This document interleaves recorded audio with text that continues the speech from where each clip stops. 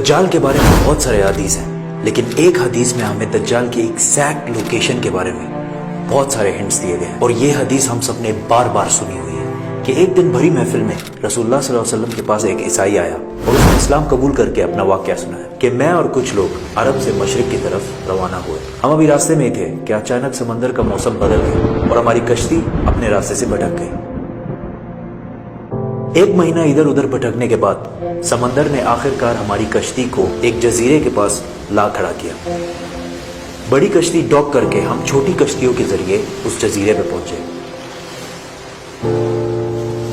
اور وہاں ہماری ملاقات ایک عجیب قسم کے مخلوق سے جو بالکل کالا اور جسم پر بہت زیادہ بال تھے اس کے، اور اس نے اپنا نام جساسا بتایا۔ ہم نے اس سے پوچھا تم کیا چیز ہو، کیا مخلوق ہو؟ اس نے بولا مجھے چھوڑو، وہ ادھر ایک مندر ہے، ادھر جاؤ، وہاں ایک شخص تمہارا بہت شدت سے انتظار کر رہا ہے۔ اندر ہم نے ایک شخص کو زنجیر میں بندھا ہوا دیکھا اور اس نے ہم سے 3 سوال پوچھے کہ مجھے بیسان کے درختوں کے بارے میں بتاؤ، کیا اس میں کوئی فروٹ پھل وغیرہ ہے؟ ہم نے کہا بالکل وہاں بہت فروٹس پھل وغیرہ ہے۔ اس نے کہا بہت جلد وہاں کچھ بھی نہیں ہوگا۔ پھر اس نے پوچھا مجھے لیک آف تبریہ کے بارے میں بتاؤ، کیا اس میں پانی ہے یا نہیں ہے؟ ہم نے کہا وہاں بہت پانی پڑا ہوا۔ اس نے کہا بہت جلد یہ بھی خشک ہو جائے گا۔ اور پھر اس نے کہا مجھے اس امی پیغمبر کے بارے میں بتاؤ، کیا کیا ہے اس نے ابھی تک؟ ہم نے بتایا کہ وہ مکہ سے نکل کر مدینہ میں آباد ہو چکا ہے۔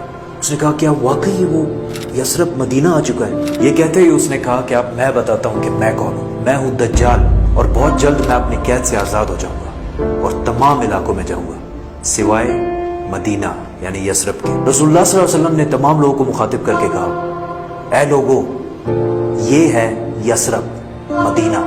تمیم الداری جو کہہ رہا ہے مجھے اس میں سچائی نظر آ رہی ہے۔ یاد رکھو دجال شام کے سمندر میں ہے اور نہ یمن کے سمندر میں۔ اور اپنے ہاتھ سے مشرق کی طرف اشارہ کر کے کہا دجال مشرق میں ہے، دجال مشرق میں ہے، دجال مشرق میں ہے۔ اب سمپل سی بات ہے، ایز وی نو کہ مشرق کی طرف سفر کے بعد ان کی کشتی ایک جزیرے پہ رکی تھی۔ So let's just find out all the islands east of مدینہ۔ مدینہ کے ایسٹ میں there's the famous Arabian Sea، اور اس میں مینلی 4 جزیرے پائے جاتے ہیں: Lakshadweep island in India, Socotra island in Yemen, Masirah island in Oman, and Astola in Pakistan. حدیث میں کلیئرلی فرمایا گیا ہے کہ دجال یمن کے سمندر میں نہیں ہوگا، تو یہ 2 آئلینڈز تو نکل گئے۔ رسول اللہ صلی اللہ علیہ وسلم نے مدینہ میں جو مشرق کی طرف اشارہ کیا تھا، اگر اس سے ہم ایک سیدھی لائن کھینچیں تو وہ بالکل استولا آئلینڈ کے اوپر سے گزرتی ہے۔ اور جب جساسا نے ان کو اس جزیرے پہ ایک ٹیمپل مندر کی طرف بھیجا تھا، تو اس جزیرے پہ ایک مندر ٹیمپل کے کوئی ریمینز تو ہونے چاہیے۔ انڈیا کے اس آئلینڈ میں تو ایسا کچھ بھی نہیں ہے، لیکن پاکستان کے استولا آئلینڈ میں پتہ ہے کیا ہے؟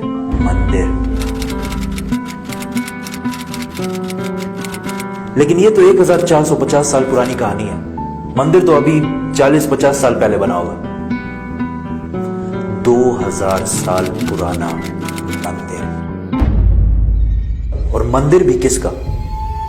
کالی ماتا، ہندوؤں کی سب سے خطرناک اور خوفناک گاڈس، دیوی، جو دکھنے میں بہت خوفناک اور جس کے جسم پر بھی بہت زیادہ بال ہیں۔ کچھ یاد آیا؟ جساسا۔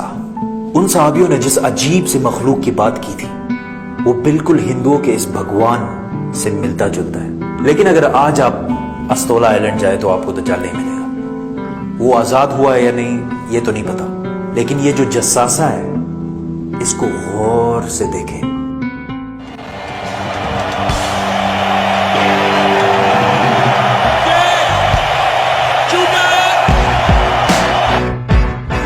نائنٹین 70 کے امریکن میوزک انڈسٹری کے سب سے بڑے بینڈز میں سے ایک بینڈ رولنگ سٹونز ہے۔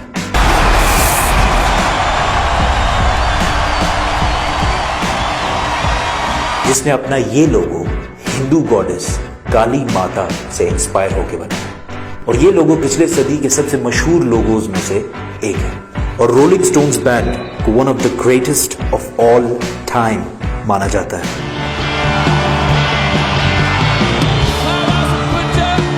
ون وے اور دی ادر، دجال کے جزیرے والے جساسا کا پوری دنیا کے میوزک انڈسٹری اور فلم انڈسٹری کو شیپ کرنے میں بہت بڑا ہاتھ ہے۔ کوئنسیڈنس؟ اور maybe not.